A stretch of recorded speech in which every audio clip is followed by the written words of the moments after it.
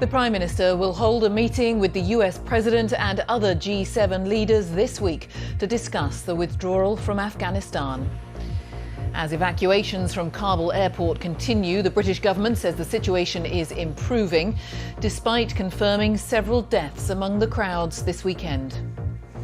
Tony Blair, who as Prime Minister sent British troops into Afghanistan 20 years ago, says the US decision to pull out is wrong. It's tragic what's happened. I think it's unnecessary. I think we've made a serious mistake in doing this in this way, but it isn't over yet. We'll have the latest live from Kabul. Also tonight, antibody tests are to be widely offered to UK adults for the first time to find out more about what natural protection people have after getting COVID-19. Dream, dream, dream, dream, dream. And tributes to Don Everly of the Everly Brothers, who's died at the age of 84.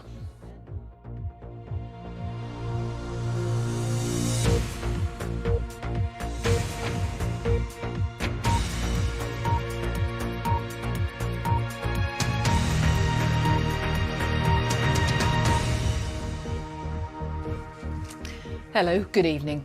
The Prime Minister will convene a meeting of the G7 group of leading nations this week to discuss Afghanistan in the wake of the US and allied troop withdrawal. At least 7 people are confirmed as having died while trying to get onto flights leaving Kabul airport yesterday, though the UK's Armed Forces Minister says the RAF has airlifted out more than 1,700 people in the last 24 hours. And that the Taliban are currently not opposing people wanting to leave and have been ushering them into separate UK and US queues. Our correspondent, Sikandar Kamani, is in Kabul tonight. Well, more chaotic scenes at the airport today, I'm told. Many of those who are desperate to leave the country thinking twice about it from conversations I've been having. But of course, the vast majority of Afghans are staying put, and many are deeply anxious about what the future holds, particularly on the issue of women's rights. Despite Taliban assurances, real concerns about whether women will be able to work freely, whether girls will be able to get an education. When the Taliban took over Kabul, many residents were terrified. But Rowena, a young female journalist, decided she should go and talk to them for her YouTube channel. That was the last video she uploaded. She's unsure if the group will approve of her working or not. For now, many offices have told female employees to stay at home. Many female professionals have fled in fear. I really love my job and I want to carry on working, she says. I hope the Taliban will allow me to. Otherwise, I'll have to leave the country and go abroad. The last time the Taliban were in power in the 1990s, women weren't allowed to work and girls couldn't go to school. Punishments were brutal. Today, under Taliban rule, you still do see some women out and about in Kabul, though significantly fewer than before. Many are simply too afraid to step outside. So far, they haven't been ordered to wear the burqa or to stay at home unless accompanied by a man. But no one's sure if that will last.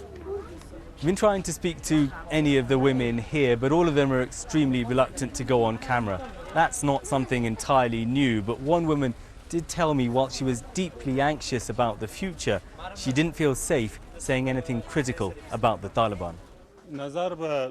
Even without new laws being imposed, fear is changing the way many women dress. No one's buying jeans anymore, says this shopkeeper. Instead, they're buying headscarves and more conservative gowns. The Taliban have always been vague in their commitments to women's rights.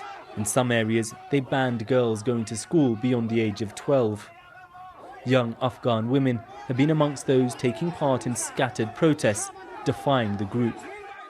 Most of the Taliban... Fawzia Kufi is a prominent campaigner and was a member of the team negotiating with the Taliban. A lot of women actually contact me. They come to see me or message me. They're trying a way out or looking for something different. Not only in terms of security, but in terms of hope for a better country. They don't have it anymore. But in the meantime, I think I'm very proud to see them getting ready to resist. Many women worry whatever the Taliban say now, they'll grow increasingly strict once the international focus comes to an end. Sikandar Kamani, BBC News, Kabul.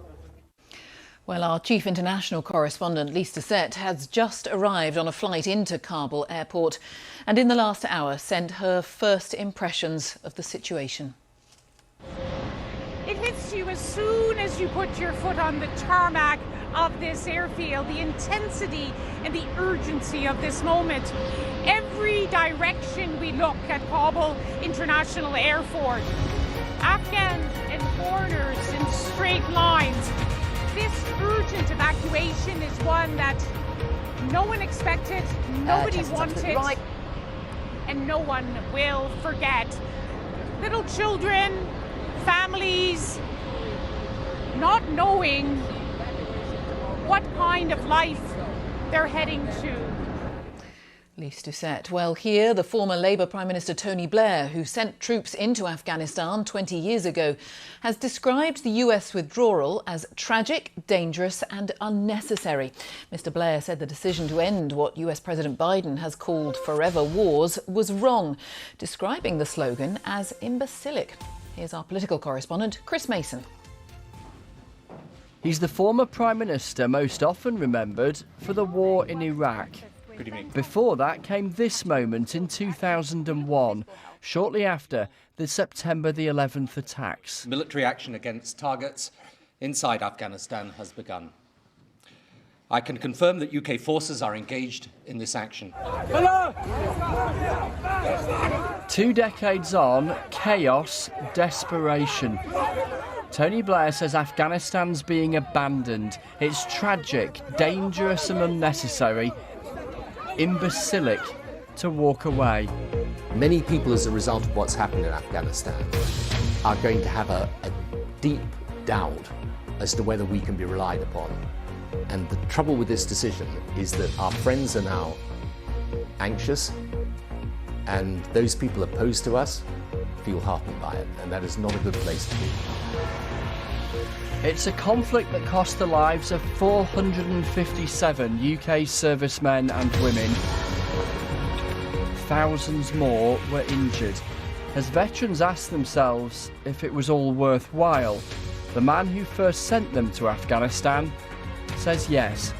The fact is the country did have a chance, and it was really our own internal short-term politics in the West that has driven in the last couple of years us to put at risk what we gained. And I think it's only now that we're realising in this moment of crisis exactly how much we gained and how foolish it is to lose it. It's managing that crisis here at Kabul's airport that remains the focus for British soldiers and the government. The Taliban, says one minister, are making that a little easier than it was. They appear to now be marshalling people into separate queues for the US evacuation and for the UK evacuation, and that's making a big difference to the size of the crowds outside the UK gate and allowing us to process people much more quickly. Thank you all. I mean, we are overwhelmed by this response. This is the welcome some of the Afghan families who've made it to the UK are receiving. Right, shower gel, I've got another box. A synagogue in Hertfordshire collecting donations. A lot of us have families where this actually happened only 80 odd years ago, where they literally left where they were with the clothes on their back. So it's our turn to now be the people to help. Young lives prepare for new lives here. The future of the country they called home, so uncertain. Chris Mason, BBC News. And now the rest of the day's news. And the latest government coronavirus figures show there were 32,253 new infections recorded in the latest 24-hour period, which means on average there were 32,484 new cases per day in the last week. The most recent figures show nearly 6,500 people in hospital with the virus. 49 deaths were recorded in the last 24 hours, with an average of 98 deaths a day in the last week. In terms of vaccinations, more than 87% of adults in the UK have now had their first jab, and more than 76% have had both. Well, antibody tests are to be widely offered to the public in the UK for the first time in a new programme that aims to find out more about what natural protection people have after getting coronavirus. Thousands of tests will be available from Tuesday for anyone over 18 if they test positive for COVID. Our medical editor Fergus Walsh is with me, so tell us more about this, Fergus. Well, Jane, think of antibodies as soldiers in your immune system on patrol to protect you from coronavirus, and you recruit them either through vaccination or getting infected. We know that 9 in 10 adults have some level of antibodies, but we don't know how strong an army you need of antibodies to prevent COVID infection. Now, in this study, if you test positive for coronavirus, so you're currently infected and you opt in, you'll be sent 2 home finger prick antibody tests. The first one, to be done immediately, will show what level of antibodies you've built up through being vaccinated. The second one, to be done 28 days later, will show what boost of antibodies you've got from the current infection, because it can take 4 weeks for them to build. And people will be texted their results. So for the first time, they'll know their individual antibody status. And it will help scientists calibrate how well the UK population is protected through a combination of both vaccines and natural infection. Interesting. Thanks very much. Fergus Walsh. Now, a busy day of sport. Let's get all the latest details from Carthy Gnanasegram, who's at the BBC Sports Centre. Hi, Carthy. Hi, Jane. Thank you very much. Well, it may only be the second weekend of the Premier League season, but there's already been an eagerly anticipated return to Tottenham made by Harry Kane after his extended summer break. Spurs beat Wolves 1-0 to make it 2 wins out of 2, while Manchester United and Southampton drew 1-1, and Romelu Lukaku scored on his second debut for Chelsea as they beat Arsenal 2-0. Joe Linsky reports. He cost nearly £98 million, but Chelsea say Romelu Lukaku is the last piece of a jigsaw. His first match since the move was against Arsenal, a team in a puzzle themselves, back in front of their fans, but with the same problems. This is why Lukaku costs so much, out-muscling defenders to barge his way to goal. With him, Chelsea believe they can win the title. This was now a match where they showed their contenders. 2-0 Chelsea. The Blues' hard work was done in the first half, and North and West London feel poles apart. Chelsea have 2 wins from 2. Arsenal have the opposite. Outside Southampton, they had to be patient. They'd waited so long to come back, then spent kick-off in the queue. The club gave out refunds for problems getting in, but there was no need to be sorry for their start to the game. Shea Adams' shot was deflected. His team led Manchester United 1-0. And last time they played, United won by 9 goals. This time they had to settle for a 1-1 draw. Mason Greenwood's goal kept their unbeaten run going. They haven't lost away from home since January last year. But this time United are chasing the title, and they'd come here wanting more. The discontent too was on Tottenham's bench, where Harry Kane came on as a sub for his team's win at Wolves. His reception was mixed. The speculation goes on. He could still leave Spurs for £150 million. In the Premier League, that's the going rate for a goalscorer. Joe Linsky, BBC News. Hibernian are top of the Scottish Premiership table, despite their opponents Dundee scoring a late equaliser. Paul McGowan with a goal to make it 2-2 in the 83rd minute. And there were wins today for Rangers and Dundee United, while Hearts and Aberdeen drew. Golf, and there has been a tense finish at Carnoustie, where 2 golfers were tied at the top of the leaderboard on the final hole at the 5th and final major of the season, the Women's Open. England's Georgia Hall, a former champion, was the clubhouse leader after her round of 67, which included this fabulous eagle at the 12th hole. She finished in 2nd place. In the last couple of minutes, Sweden's Anna Norquist has won the title on 12 under par. The Paralympics get underway in Tokyo on Tuesday, and Great Britain's Maria Lyle, who already has 3 Paralympic medals from the Rio Games, is aiming for a first gold medal in Japan. But as she has been explaining to our reporter Rachel Latham, there's an extra challenge in knowing she'll be competing without the support of her family in Tokyo. I kind of share my story, and that helps one person, and that's a good thing. Great Britain's Maria Lyle is the European and world champion in the para-athletics T35 classification. But her pathway to success hasn't always been the easiest. I struggled quite badly with my mental health for like my whole kind of teenage years. Just being like, for me, having a disability, I was really self-conscious growing up. Can you pinpoint a moment in your life when you really thought, this is the ability that I have and I want to do something with it? I remember it was one of the PE lessons where I had to do the bleep test. I was like really dreading it because like I'd fall over all the time, and to my surprise I actually managed to complete the test and be the last one standing. And that was kind of like that first time I felt that sense of achievement. The 21-year-old from Dunbar has continued to keep a positive mental attitude over the last 18 months.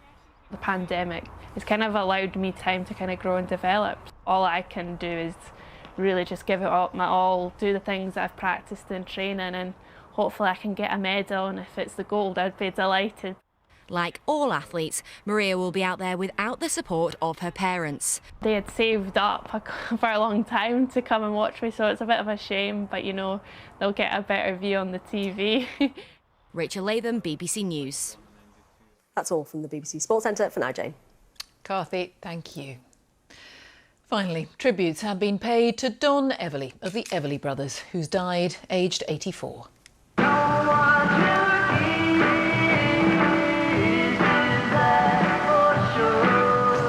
The duo, with Don here on the right, had 6 #1 singles in the UK in the 1950s and 60s, including Cathy's The Prime Minister Will Hold Back and All I Have to Do Is Dream. They were awarded a Lifetime Achievement Award at the Grammys in 1997. Don Everly, who's died at the age of 84. And that is all from the team for now. I'll be back with the late news at 10. Now on BBC One, it's time for the news wherever you are. Bye-bye.